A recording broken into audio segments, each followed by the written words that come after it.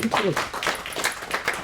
So let me introduce Borrow from the Bank of England, no less, and I'll let him introduce himself in the interests of time. Wonderful. Thank you very much. And good afternoon, everyone. It's a pleasure to be here today. I promise I'll be quick to try to catch up. So I'm Borwan Nketiah. So my role at the bank is to manage a relatively new macroeconomic climate change team, where we try to figure out different ways that climate change could have much policy implications. So, like with most other central banks, if not all central banks, it's a quite new era to us. So I'll present some initial findings from a quarterly bulletin article, our flagship publication from just over a year ago, bearing the same name of this talk, on why climate change is something that much policymakers think seriously when thinking about their macroeconomic outlook. So, climate change does affect our economies across the world differently, perhaps quite radically so, with different magnitudes and importance across different channels. So quite naturally, what I'll talk about today is focused on the UK, but there are key messages that apply more broadly. Indeed, we take the key insights from the literature on kind of what are the macroeconomic effects. So one thing to emphasize is that we are not climate scientists, so it's not a summary of the climate science. And also many of the levers that help the economy to get to net zero are fundamentally fiscal policy tools. So we are interested in those from the narrow perspective that what their macroeconomic implications are. So what I'll discuss today is not a debate on what is the optimal way to address climate change, but rather is an initial assessment of what the various possible macroeconomic effects of it are, and what they mean for monetary policy. And before I properly kick off, a very important disclaimer at the bottom, they apply. What I say today are my own views only, as not necessarily of the bank or its policy committees. But let me start with a framework on how we can organize the different channels and factors, how climate change can affect monetary policy. It's not perfect, and I'm sure it won't cover everything, but it's more intended as a kind of organizing framework to think about how climate change affects monetary policy. So a helpful way to think about it, I think, is to divide up these two types of risks or impacts, which I'm sure you're already familiar with. So one is the physical impacts of climate change, which are things like extreme weather and associated natural disasters that could occur more frequently alongside the warming of the world. And the other are the transition impacts. As the world economy strives to reach net zero emissions, that would require significant structural change in how the economy operates, and thus what micro impacts will that have. Now, from a monetary policy perspective, it makes sense as a starting point to see what the effects are on these sorts of variables that monetary policy already think about regularly, particularly at the horizon that monetary policy operates at, which is 2 or 3 years in the UK, what economists call business cycle frequencies. Some examples could include, the impacts of extreme weather on inflation and output, and for kind of carbon pricing for the transition impacts. And this is, of course, in addition to all the other things or the other shocks that affect these variables over the business cycle. But of course, it's not just new climate shocks. The transition in particular could interact what we think of conventional supply and demand macroeconomic shocks and how they propagate to the macroeconomy. So I'll zoom particularly in these two parts for my talk today in the interest of time. But of course, climate change also has a very persistent or even potentially permanent effect on the economy. The transition is at the very least a very long-running one, lasting over many decades, as Piers showed this morning. So it affects lots of long-run variables and what is called star variables. So, examples of this could include, how the diversion of resources for reconstruction or adaptation to climate change could affect productivity growth, but also the effects of green investment and green innovation on the natural interest rate R star. And obviously these two sets of variables clearly affect monetary policy in some way. So business cycle variables, as I mentioned, are clearly the most obvious in the sense that monetary policy typically seeks to stabilize these variables, which of course can vary from across countries, depending on their mandate. For the Bank of England's Monetary Policy Committee, with this flexible inflation targeting mandate, the effects of climate change, particularly on inflation and output, would be key. So that's going to be my focus today. But that's not all. There's maybe an important side effect as well, forgive the many arrows, in that climate change could also change the effectiveness of monetary policy transmission to the real economy and inflation. And again, in the interest of time, I'll skip that again for today. So So let's begin with the physical effects of climate change, which is probably the most obvious. So what are the key messages here from literature? If you first start in economic growth, using natural disasters as a proxy for extreme weather, they often have, perhaps quite obviously, a negative impact on GDP. Although there may actually be a temporary boost after the shock from reconstruction. But at the same time, there is a huge heterogeneity across countries. So the impact tends to be a lot smaller for higher incomes or more insured countries and vice versa. But on the other side of the coin, natural disasters tend to temporarily raise inflation, particularly in the food parts of the basket. But historically, this effect dissipates over the medium term. In contrast, gradual or chronic changes to climate change, such as increased temperatures and rising sea levels, typically have negative effects on growth, both in the short and the long run. This arises from a range of channels, particularly from reduced labor productivity, slower human capital accumulation, diminished human health, and political instability globally. But these negative effects, economic effects from these gradual temperature rises, could also increase in non-linear fashion. So more of this could be coming, particularly from unmitigated climate change that would lead to ever higher average global temperatures. To sum up, for this particular slide, it seems that the physical effects of climate change tend to drive output and inflation in opposite directions, or what is commonly termed as a supply shock. But for the most part, it does not seem to be permanent. Now, if we zoom in the UK a little bit, it is relatively less directly affected by physical risks. So one ranking by the University of Notre Dame's Global Adaptation Initiative, the UK is actually ranked 5th least vulnerable by climate change physical effects. But nevertheless, there are risks, and the key one facing the UK is from floods. And there's many different channels. So my colleagues at the bank, led by Rika Mari, has recently presented their work on the impacts of flooding events on UK corporate outcomes. And they find that small SMEs are significantly more likely to terminate business operations following a flood, whereas large firms are less so. And among those continuing to operate, the flooding to a business premise is associated with the significant reductions in their turnover, employment, and assets in the year following, but followed by a recovery in the subsequent years. So floods do appear to be disruptive for both business and economic activity in the UK, at least in the short run, but the effects are quite uneven across business sizes. So let's then move on to transition. So the transition to net zero requires intervention by governments, and there are many different types of feasible policies. The most evidence in the literature are mostly with market-based policies such as carbon pricing. So I'm going to firstly focus on that today. So higher carbon prices implemented through cap and trade schemes like the EU or UK ETS typically push up on inflation and drag down economic growth, similar to like a cost push up and oil price rise. But carbon prices through carbon taxes, on the other hand, through comparing schemes across the EU and Canadian provinces, tend to be more broadly neutral on output and inflation. And a recent paper here by Diego Kenzik and Max Conrad have emphasized the reason to reconcile these findings is that the ETS tends to cover sectors that pass on changes in their cost of prices more, so that increases the inflation impact.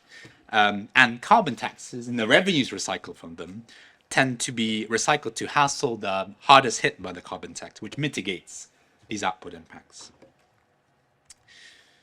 And as the transition to net zero has various channels, one particularly important channel is through investment in innovation. And some IMF work cited here have found that green patents tend to boost GDP, mostly through boosting investments, but the effects are quite similar to non-green patents as well, more broadly. And they've also found that ETS tend to boost green innovation as well, a bit more relative to carbon taxes. Now, it gives rise to a motivation of why we should monitor how businesses are responding to transition, which allows monetary policymakers to respond appropriately. And in the UK, we have a few examples to do this. And as a glimpse of the initial results, I'm going to talk about the DMP survey in the next slide. But what we found so far is that roughly a third of firms have already increased their investments due to climate-related factors, so, which could be either physical-related or transition-related. Now, the DMP survey, Decision Makers Panel, is run by the Bank of England jointly with Stanford and Nottingham universities, consisting of a panel of more than 9,000 firms. So, and we've deployed new climate-related questions first in 2021 and more recently in the late last year as well. Now, out of these firms expecting to increase investment over the next 3 years, they are most likely to do so by investing into switching in green energy sources or more energy efficient production methods. So that suggests that the green energy transition is what firms are more focused on in the near term. But that was more a forward-looking view. If you want to take stock where we are now, kind of speaking to the title of today's conference, we can also take a look at the Honest BIC survey, and where we see that only a small proportion of firms report they actively monitor climate risks. And as you expect, the bigger they are, the more likely they are to do so. But even at the larger firms, the proportion is still quite small in absolute terms. But even more have begun planning ahead for the transition and have an explicit climate change strategy. And even more have even started to put in measures to reduce their emissions, which often have quite a direct monetary incentive, such as in terms of energy and thus cost savings. And this was a little higher in 2023 relative to the previous year, suggesting that some firms are making some progress. Now, let me conclude. So what might monetary policy do in response to climate-related physical and transition shocks to the macroeconomy? So one possible challenge to monetary policy from the transition is that it's a really long-running structural change to the economy. But one thing to highlight here is that monetary policy is no stranger to structural change. And I think one nice non-climate example in the UK is the effect of globalization. So when China joined the WTO in the early 2000s, so this led to low goods inflation in that period, which drags down on headline CPI inflation. But we can run the economy hotter, and thus services inflation was a bit high in the period, and so you can still meet the 2% inflation targets. There's not much monetary policy can do about structural change, much like net zero transition. But at this time, you may be in the other direction, in that if there is a ratcheting upwards in carbon prices. And so to conclude, climate change, in a sense, is not new to monetary policy. It's another set of economic shocks and structural change that central banks need to monitor to achieve their targets, as I've previously drawn the link in the previous slide to historical structural change like the effects of globalization. But it can be different in the sense that it is unusually global, it has a very long time horizon, and carries a high degree of uncertainty on what happens to the economy. And so there's lots of new economic questions that are new and certainly worthy of further research. So I've only scratched the surface of the article that we wrote a year or so ago. So if you'd like to find out more, please go to the Quarterly Bulletin article for a broad overview of this topic. There's also a recent speech by Catherine Mann, as we're linked to on the right, who is one of the external members of the MPC, which she talked to some of the different issues that she thinks about how climate policies affect how much policy decision making. This is also I really recommend. So thank you for now. I'm at the Office for Budget Responsibility, and today I'm going to talk about the costs of climate change, mostly from a public finances perspective.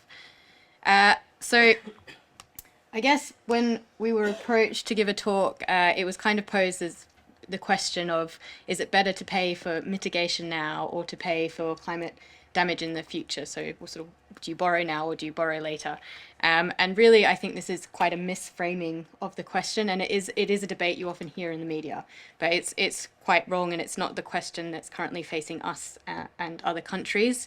It's not an either or question, and so I think in this talk I want to get out why that's the wrong way to frame it, and what the costs actually are realistically for governments around the world. But to start off with, I'm going to try and set out what I think the costs are of climate change when we talk about this. So it's a little bit of different framing to how you'll hear it talked about. But so the first cost is physical damage costs. So these are the direct costs from higher emissions and a warming world. And so some of these examples could be, there was the German floods of 2021, which cost the German economy about 40 billion euros. In 2015, 2016, the floods in the UK cost us 1.6 billion pounds. And then a 2022 heat wave in the UK and across Europe cost around $20 billion across all economies, with about 3,000 excess deaths in the UK alone from the heat.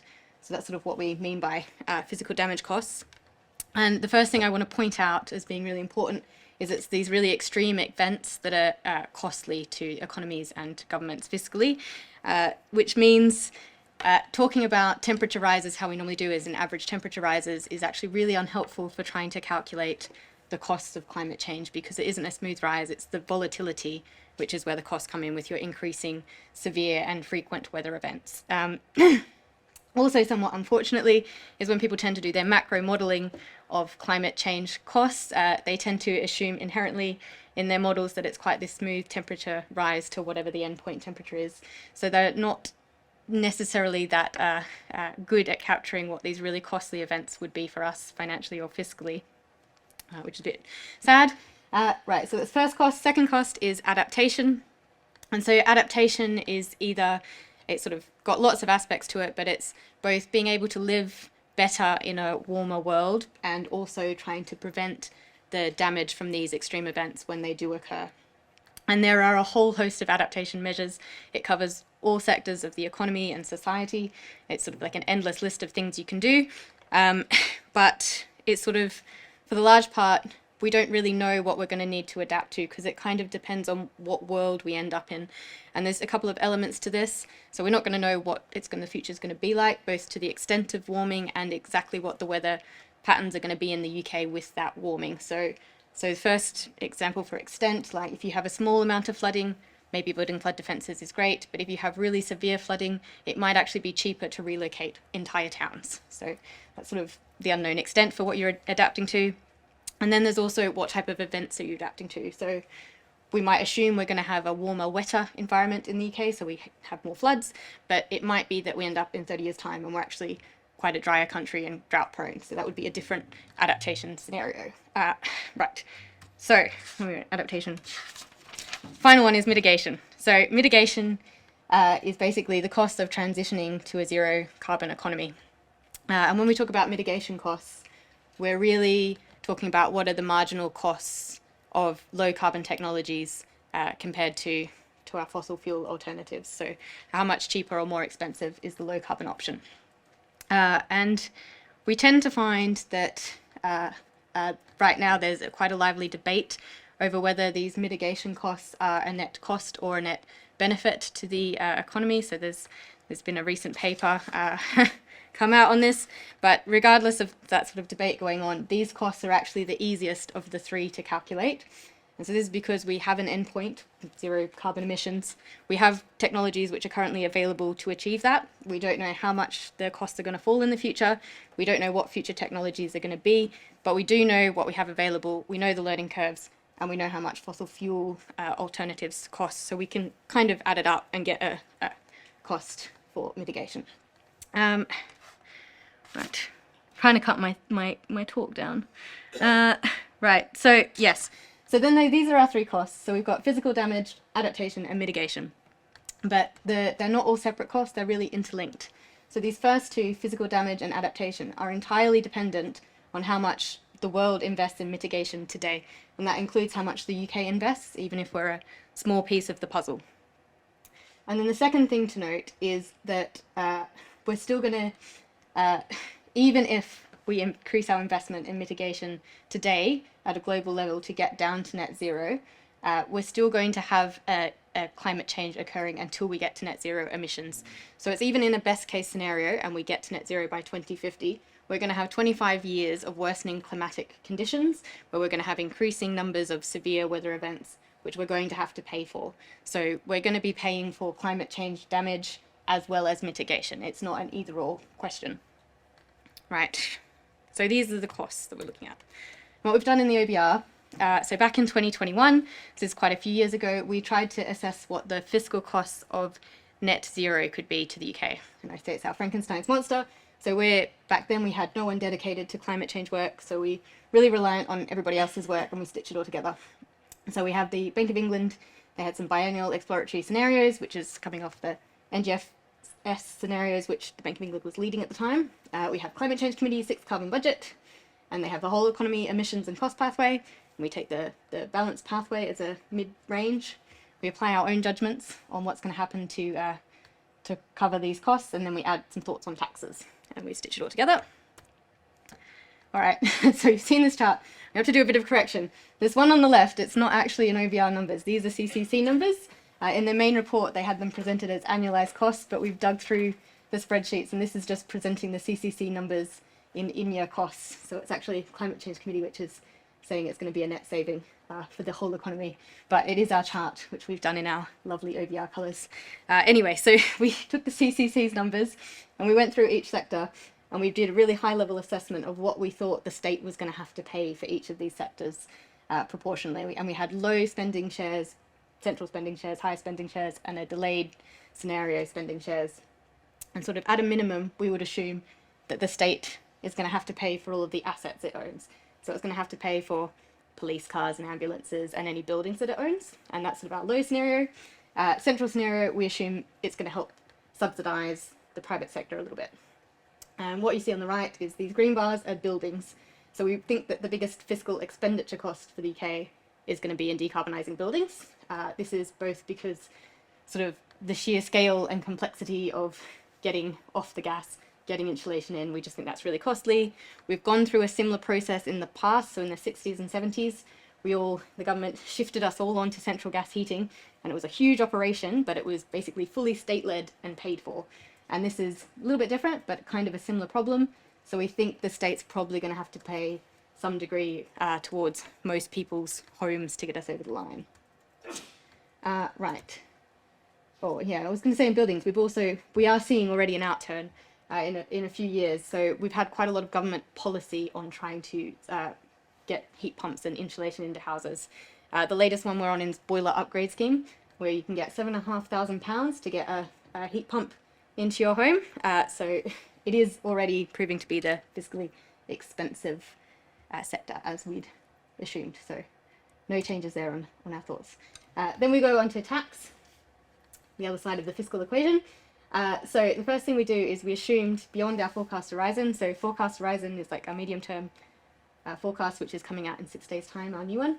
And we have to assume government policy for that, but beyond that we can make some other assumptions.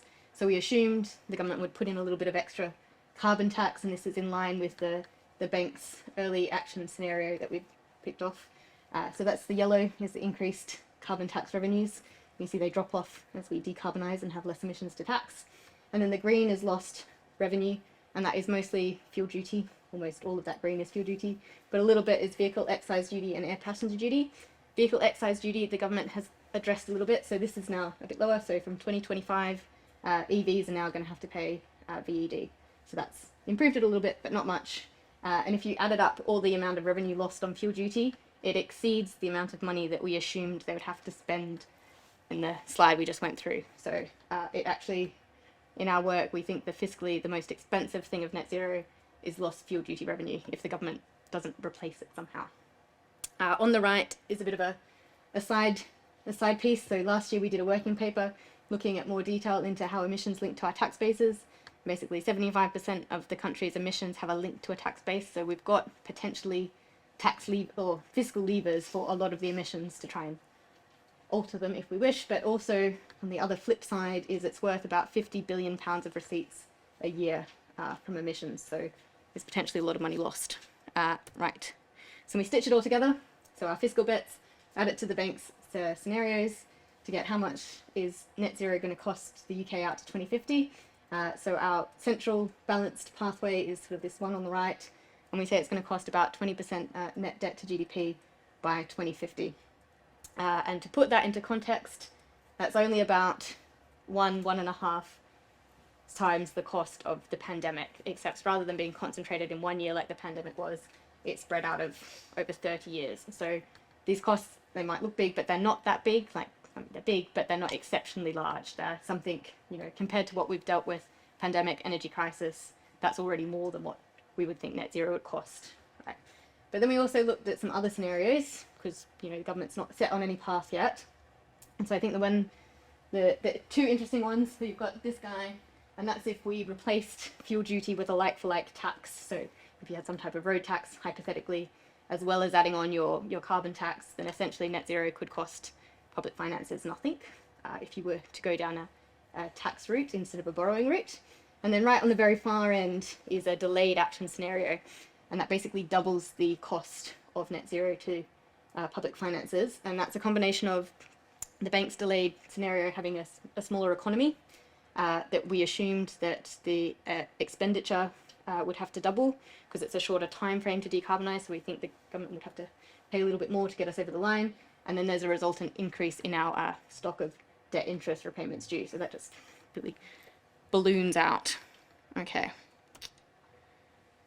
So we've said that these mitigation costs are actually like the easiest of the three to calculate, but they also don't mean anything if you don't know how much climate change damage and adaptation would cost. So if you don't know the counterfactual. So we had a discussion paper out at the end of last year trying to set out what our next step should be in analysing this. But what we really want to know is we need to get a framework where we can assess what would be climate change damage costs if we continue on a current policy trajectory. So with current warming trends, how much is that damage going to cost the economy? Have an alternate scenario where you've got the world and the UK ramps up its investment in mitigation to reduce that down. So you can have the sort of difference and how much, would mitigation now actually be less than addressing the damage later? To answer that question. On top of that, you need to think about adaptation. So, if you put a little bit of money now into these unknown future events, is that going to save you more in the future? Or if you go too hard on adaptation now and try and address everything, that's possibly going to cost you more. So there's got to be a balance of, when do you invest in your adaptation and how do you pick the right thing to adapt to? So hopefully we have some preliminary results in our fiscal risk sustainability report in July this year on all of this, but to end on whether we have to borrow and pay now for net zero or borrow later and pay for climate change, it's not true. We've got to borrow now and borrow later, and we're going to have to pay for both, and we're actually already doing that. We're already paying for climate change damage. We're already paying for net zero. You've got countries like the EU who are going to have their carbon border adjustments, so that's going to affect us. So we're stuck on, we are on net zero. We're going to pay for net zero, and we're also going to pay for climate change damage. The analytical question that we want to answer is really adaptation. When's the best time to pay for adaptation? What's the best things to pay for adaptation on? Or is it better to only do a little bit and wait till we know the world? So I think that's more the analytical question, is adaptation, when, where, how much, but the others we're going to be paying for. All right. I don't know if I shortened my speech. I tried.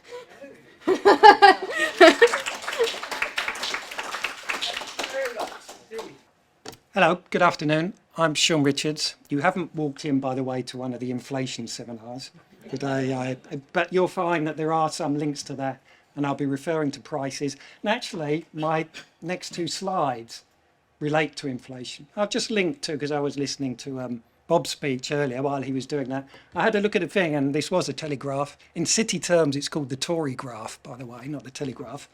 And it was saying that we've gone back to power levels of the 1970s. And I use a very sophisticated type of analysis. I drew a straight line with my fingernail and discovered, in fact, it was the 1990s. Now, onto what I want to talk about today. See, in my sphere of numbers, economics, lots of these things are much more unknown than we like to think. The reason why I'm here today, I started nearly a couple of years ago. Each day in the morning, I publish our electricity generation numbers from each area, so that you have the beginnings of a pattern as far as you can in a consistent way. And as you go through some of these numbers and you look at what's happening, let me switch to something else. Now this, in the past, in a previous career of mine as an options and derivatives trader, would have been heaven. Absolute heaven. And what we're seeing here is natural gas prices. They're actually for Europe, but they're the same as ours. It was a better chart, so I've used that. And how things changed, mostly because of the Ukraine war.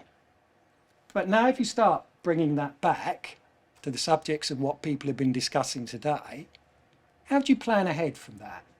Because you're switching from a scenario where, to quote a song from years ago, it's chirpa chirpa cheap cheap, to inordinately expensive. And here's a really awkward bit, partly because of the wider system we have, and we're linking into inflation here to some extent, the costs of everything else went up as well. The things that you might think were cheaper, we're more or less paying the same price. Now, if we bring that backwards, and we can look at this again in another form, how different does that look? All I've done is change the time span here. In a previous life of mine, You'd have been selling options forever and thinking it was absolute heaven. Then it'd be a disaster, wouldn't it? Things flipped over. And the point of this is, what I was taught years ago, is the serially uncorrelated error term, or back to unknown unknowns. Things change, and it makes it really incredibly difficult to look a long way ahead. We've just heard from Alison about looking forward to the 2050s. If I'd have known the way that she was going to talk about that, I'd have brought along a thing of bond yield charts. Because if we switched from the pandemic period, where actually Borromei's colleagues made sure that our bond yields are incredibly cheap, if we were going to borrow, that was the time. Now it's very expensive, roughly UK bond yield about 4.25% for the 10-year. Anything we decided to do today looks, oh God, can we do that? Back then it was cheap. I'll give myself a bit of credit. I was arguing the UK should have issued 100-year bonds back then because it was cheap. Be a bit of irony saying them to the Bank of England, but nonetheless would have worked. If we continue the journey, this is an example, and let me credit I Am Kate here from This Is Where I've Got the Numbers. It's an example of the sort of thing I use in the morning each day to give us an idea of what's going on. One of the problems with relying on a renewable thing is the incredible variability of wind. And as you can see, I can't quite see it here, but I can remember the numbers. These are from last weekend, where we had a period whereby the wind was very thin. We've had a winter, in fact, where wind's been quite favourable, mostly in double digits, a generation each day. Quite a few days where we've got up towards 20, 21 gigawatts an hour, which is roughly our capacity for the minute. But another unknown is actually around the bottom of my chart there. Why? Because if you look at our nuclear situation, and that's supposed to be the solid reliable, isn't it? You can rely on that. You switch it on and it runs for 6 months. That's the story. Except the number there is roughly 3.8, when our capacity is somewhere between 5.2 and 5.5. So another unknown through this period is, and which wouldn't necessarily have been predicted, is how poor our nuclear performance has been, rather than being certain. And this kind of mirrors the experience of France. You'd think that France would have cruised through this with its enormous amount of nuclear generation. Actually, it's mostly been incompetently run, and there is a link here because it's run by the same company as ours, EDF, who haven't done a very good job of it, and then as you can see. So again, things are not as you might like to assume.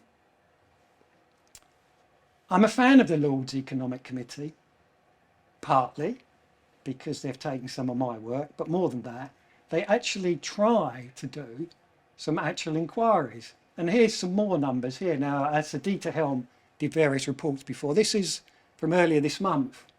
And as you can see, some of his words there, look at the change in a year. We're back to an economist talking about inflation again in another form here. But a wind turbine is twice the price it was a year ago. Everything's changed. Now, he, in the second part here, is actually dismissing some of his own numbers and things from the past, but again reflecting how much things can move on. Renewables are not 10 times cheaper than fossil fuels or 3 times cheaper. In fact, fossil fuel prices fallen very sharply. What he's doing is reflecting my earlier graphs there. Natural gas, as it happens, is cheap at the minute. Then he kind of repeats himself at the bottom, doesn't he? Offshore wind's doubled in cost. We saw that from the earlier part. The next issue is the thing I was talking about earlier, and this is last weekend, looking at the variability of, say, relying on something like wind. And as you can see, you switch from needing a system with 50 gigawatts, in his numbers, to somewhere around 130. So again, you have an enormous change in the numbers that you think you require. Another unknown. And then we come through to the next part at the bottom. I'll switch to that, which is the way that all this is priced. I don't know how much you've looked at it through CFDs and things like that. It's incredibly complicated. I'm not really sure how anyone gets to the bottom of it. I do know that everyone then argues about what it actually means, which is back to the same point and the same issue of how we try and take things forward. Next up, that hasn't really shown quite so well, a German word that's come in, and sorry for the chart there, that hasn't quite come through. You'll have to take my word for it that the bottom part shows some very low numbers on the left-hand side. And what this concept is what do we do if we go through a period in winter where demand's very high, where we don't have much wind? How do we get through that? And I'll add in something else here, which I couldn't find a decent chart for, but it's a reflection here of solar through the winter. You don't actually get very much out of it.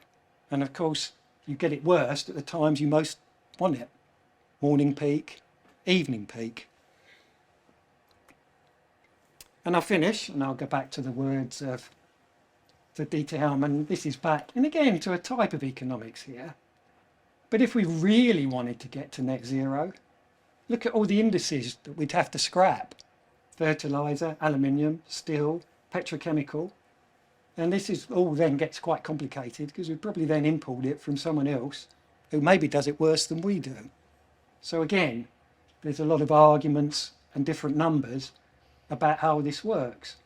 Coming back to my work as an economist, when we're looking at the surge in inflation that we saw, there are a lot of concerns over fertiliser, the actual basic thing of feeding ourselves. Why?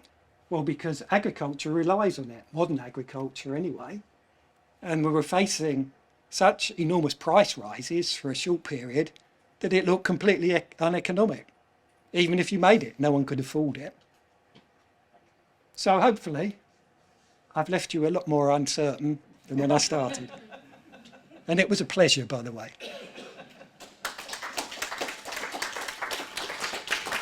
Excellent. And you were short. I mean, that's really excellent. Thank you. Okay.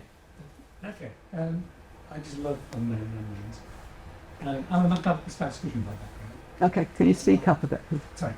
I just love unknowns. Oh, yes, I heard that, mate. Yeah. And I'm a mathematical statistician by background. And my PhD was in, this was a really weird title, to tail length of discrete distributions, which sounds very esoteric. It is. But it's essentially about rare events. Now, the thing about rare events is they're not rare. Not rare. The reason they're not rare is because there are just so many of them. And so, whereas that rare event you may never see in your lifetime, you're just going to get inundated by rare events at a time. So it's those nice charts that you were producing, Sean. That's it. It's rare events. You get different ones. And you can't really predict. To partly answer your question from a city-based issue, there was an American firm, they were called CRT, Chicago Research and Trading, and their philosophy was based on that. Yeah. So they bought out of the money options, i.e. pricing that unlikely events were much more likely than people thought. They became very rich out of it. Because you see, when and this is, we're into the world of psychology here, outside numbers, when something is outside people's normal expectation like that, they immediately assume the possibility is zero, rather than merely being small. And it was in that margin, if you do that a lot of times, where they made their money. Thank you for your presentation. My question is actually for Alison. In your slide, you spoke about the costs and the physical cost of environmental things like hurricanes and floods and so on. I just wonder how you actually arrive at a cost figure, because I'm slightly confused. In my kind of simple way, I imagine, say there was hurricane damage to my house, I'd have to pay someone to replace the slates and the fence and whatnot. But that'd be money I lost, but it would go to them, right? So how do you measure the actual cost to the economy in total for that kind of thing? Well, so the way that we'd look at it is from a public finance perspective. That wouldn't be so much of a concern for us. What a concern for us would be if people don't have insurance or insurance fails, because then the state's going to have to step in and pay. So for us, it's like, you know, that's just a money transfer within the economy. So what our worry would be is if you didn't have insurance or the insurance systems fail, because then that's when the state's going to have to come in and start paying. So that's more how we would look at it. But we're sort of trying to So your build all that up. Just the cost to the state, whatever that might be. So because we're specifically got to look at what is the risks and sustainability of public finances. So we very much look at it through what's the government going to pay? Can the government afford to pay it? Where's its costs going to come in?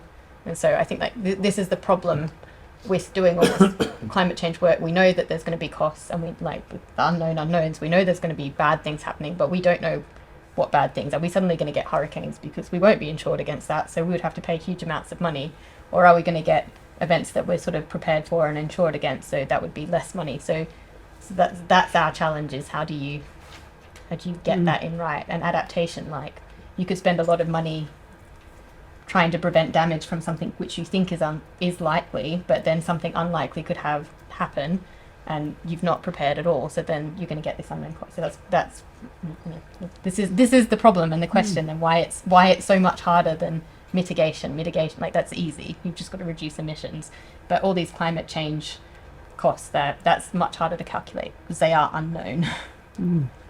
Sanjeev. And so if we all knew what was happening tomorrow, we wouldn't be sitting in this room, I would have thought. Yeah. Very quickly, so there's a flip side to some of this that affects. If you have unknowns and hide behind that in defence, you end up having to do nothing until it becomes known, then you do something, it's too late. So I'm going to use a Dutch example very quickly. 50, 60 years ago, they invested huge amount of money in their flood and dam defences, etc. Now they're actually they did at the time think it would be over 100 years before they'd have to review it. But no, sea levels have risen and they're in a risk, and they're now a programme of investment. The flip side in the UK is we now know we get regular floods. We should be investing in flood defences for, let's say, 100 years. So when the floods occur, you don't lose income from people who pay to the government because there's no economic activity. Although there's repair and maintenance, shops are closed, etc., etc. There's lots of loss of income. So we need to probably change that thinking to invest in these things that are occurring. That will actually save money later on and incomes for government. And I think like the bank analysis, likewise, we've done the research. There was one step missing, and this is maybe the bank doesn't want to do this. Done the research. These are conclusions. What's the policy take now for the Treasury, etc. And I think there's a number of messages in that presentation here as well. So I think we should be thinking about where we invest to minimise impacts. There's low and then risk you also options. There's options which you know are probably going to happen, so you should invest in now. So. Do you want to say anything, Bora? No? No? Oh, Jill, I think you had your hand up earlier. Thank you. You know. On this, I was really pleased to see that you've got some stats in there for micro businesses. The sad thing is, I would totally dispute those figures because there is absolutely no way on the curve that 40% of micro business have taken action to reduce emissions. They might have done that as a side effect of something else they've done, but not as a purposeful act of doing that. And that is sadly just because there is a huge problem getting that stat. So I just want to add on to the comments that I made earlier about how difficult it is to get that accurate information. So I'm not blaming you, it's just really hard to get those stats. But what I would like to do is ask you another question that is off on a tangent slightly, but very relevant to what we're talking about. So I want to address the elephant in the room, which is that most of what we traditionally called high street banks, mostly aren't on high street anymore, but big banks, are investing a lot of money in things that do we really want to invest in fossil fuels, tobacco, etc., etc. So things that are totally against what we need to do for a better society. So what can we do about that? How can we stop that? Because it's when we're talking about sustainability, where you put your money, even as an individual, is really important. You want to ensure that your money is invested ethically and sustainably. That very rarely comes into any sustainability conversations, and yet it's something we need to think about. So, how do we change that, please? Do you want to collect questions or sure? No, answer it, please. Otherwise, we might forget it. Well, so I think the first thing to say is that, as I said in the beginning, a lot of the levers that will help us to get to net zero are fundamentally fiscal policy tools which are run by governments. not the Bank of England. And so I think it's up to the government so you can do that. But on the topic of banks and how climate risk affect that, in the sense you want to put your money safely. The Financial Policy Committee at the bank, which I don't work for, but I work for the Monetary Policy one, does have a mandate to protect the financial system as a whole from climate-related risk, amongst others. And I think that's where our role comes, that we have to ensure the financial system and banks themselves are resilient to climate shocks, even the unknown shocks. I think that was one of the reasons of the climate biennial exploratory scenario, the CBES, that Alison mentioned. That was a capacity building exercise to help banks identify what are the kind of data shortfalls are, and what data they need to collect in order to guard themselves against climate-related risks. So I think that's the role that we play in the transition.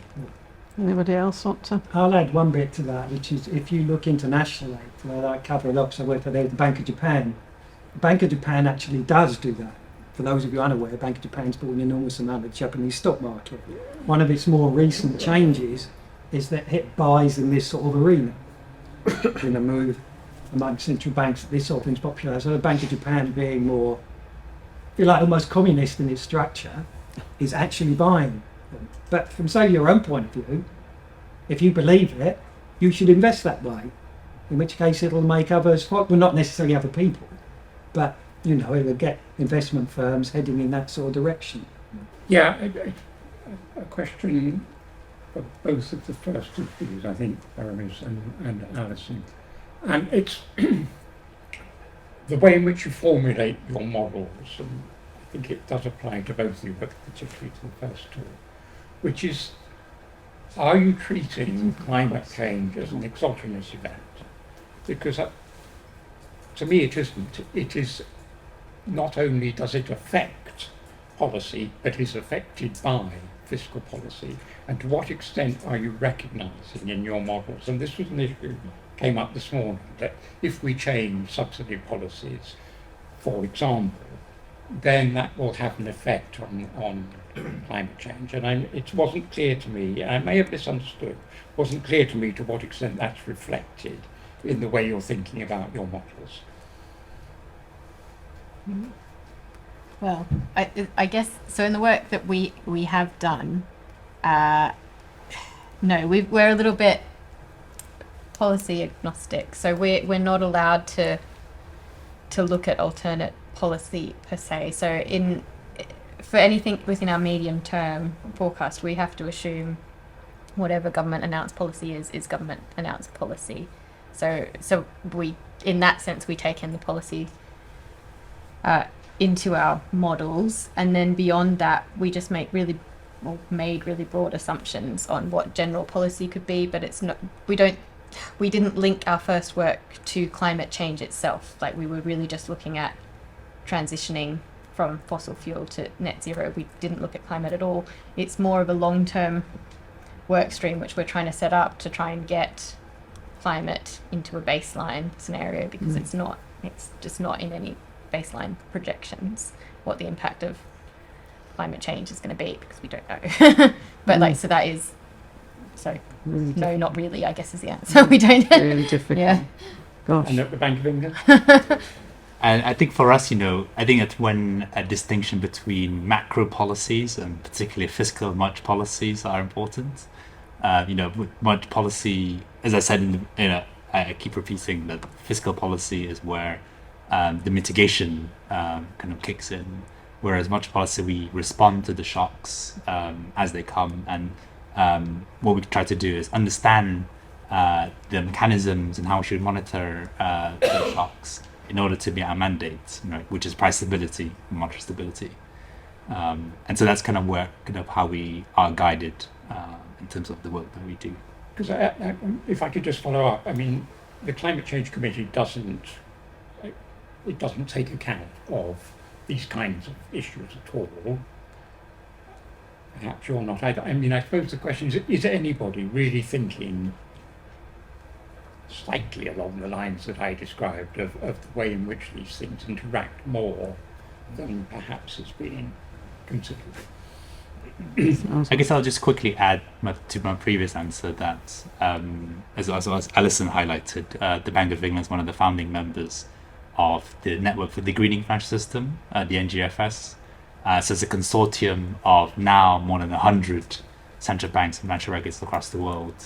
And there, the NGFS does engage with climate scientists, which we are clearly not, that does think about kind of the more interrelations between how mitigation links to climate events.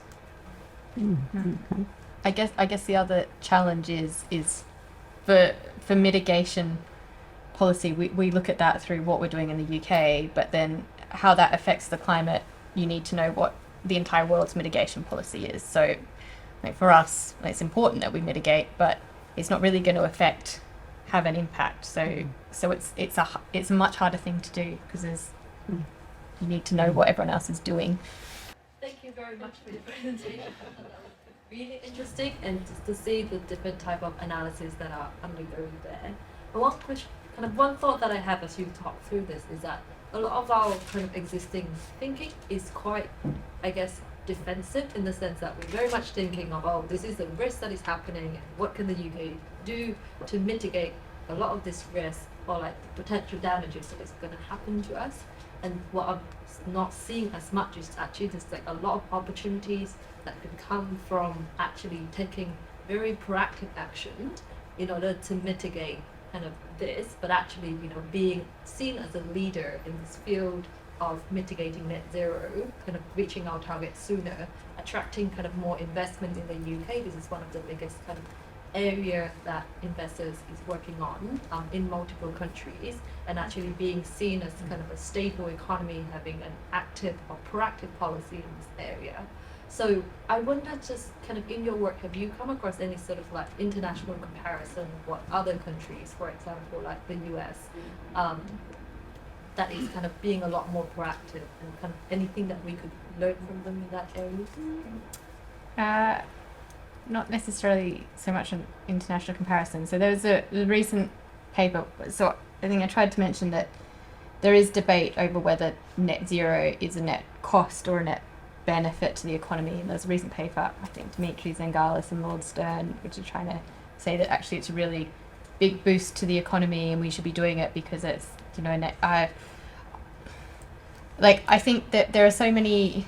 There's lots of complexities and risks into changing the system, even things where we think that it's going to be a benefit. Like we thought during the energy crisis, fossil fuel prices are higher, the renewable options are so much cheaper, we should just do them. But now it's like big wind farm projects are being pulled off. The latest contracts for difference round failed completely with offshore wind because the pricing, like the capital and labour prices have gone up so much. It's now really expensive to build an offshore wind farm. So we've got no new wind farms basically in the pipeline because the government got the pricing wrong. So I think it's unrealistic to say that from a fiscal perspective that it's going to be like this huge amount of money coming into the exchequer. Like I don't think so. I think the better way to be framing it is if you don't do it, it's going to cost a lot more. And from my personal perspective, I don't see really much utility in us as the OBR going out there and being like, yeah, if the government did this, we're going to raise all this money and it's going to be really great and it's really wonderful. Like, we'd get laughed out of the house. That's not credible. Like, we've just got to go with the data that you have available, and the data you have available is like, this probably does cost some money. Like, yeah, let's not be too optimistic. Let's be realistic. So, did you want to say anything, Sean, on that? Well, I would just say that these things, as I said in the thing, have inordinately changed. If we had this discussion back in 2020, we could borrow an enormous sum of money virtually for nothing. Now, almost anything we choose, because of the way bond yields have risen, will look appallingly expensive. But it will be the same thing. We're just looking at the other side of the balance sheet, the cost. The first side, of course, benefits. It's completely different. So it's a movable feast. We could have had this discussion across actually loads of other spheres, where in my opinion we missed a chance in 2020. lots of things we could have done because it would have been cheap to borrow. I promised Tony one. So I just want to make, so thank you very much for all three, but I just want to make a comment that many of yours, the Bank of England, by definition, is very restricted in what it can do. It's only got two target things. It can't really look at anything else. It's got to get the inflation rate as defined by the CPI, CPIH or RPI, down to 2%, and it's got and keep it there, and it's got to maintain fiscal, the financial system of the country. So it's very, very much biased towards our banking system by legislation. That's all it's concerned with.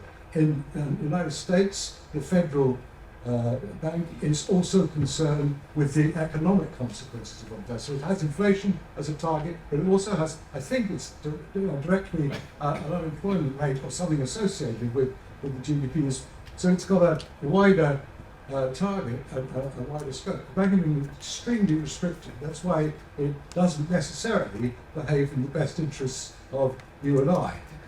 It does always try to work in the best interests of the banking system because that's what it is actually charged to do.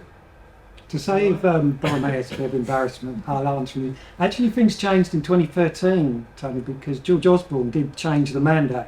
It gets renewed every year, but that year there was and there is now an undercut on the Bank of England inflation thing that says something like, and also supports government policy. So there is kind of an unemployment thing in there, but it is very vague, so it's a bit of a movable feast. Anyway, we'll make something Yes, so If the government policy happens to be towards unemployment, then yeah, no, it doesn't have. Yes, okay. yeah. So in each year, as Sean pointed out, the Chancellor sets the remit to both the MPC and FPC, and for the MPC, it is clear that the primary mandate is on price stability, but subject to that to support the government's economic objectives. And that could vary from year to year, but one of them often is kind of on growth and employment. No, stop it. So, Bob, did you have a quick one? Yeah, it was just a quick one. No, I'm we're a done. co-author on the paper that Alison mentioned. The argument is into it. First of all, the UK's poor economic performance is down to underinvestment. We have the lowest rates of investment in the G7. Our stagnant productivity and our low economic rates are low. So we're going to need to invest to improve. If we're going to pay off our debt, we're going to have to grow. Therefore, you need to invest. And if you want to invest in things that are going to give us a boost in productivity, it needs to be things like improving energy security and reducing our exposure to fossil fuels. The number I quoted, the 78 billion, is the OBR's estimate. That was the amount spent by government subsidising consumers against the high price of natural gas. It clawed back about half of it through the windfall tax. The other half is just stayed in the pockets of the big energy companies. That's not sensible economics. No. Well, on that note, I've clawed back 2 minutes of our overrun. I had planned for 5, but you can't always make your estimates, can you? So I'd like to say thank you very much to all the speakers and for a very interesting section.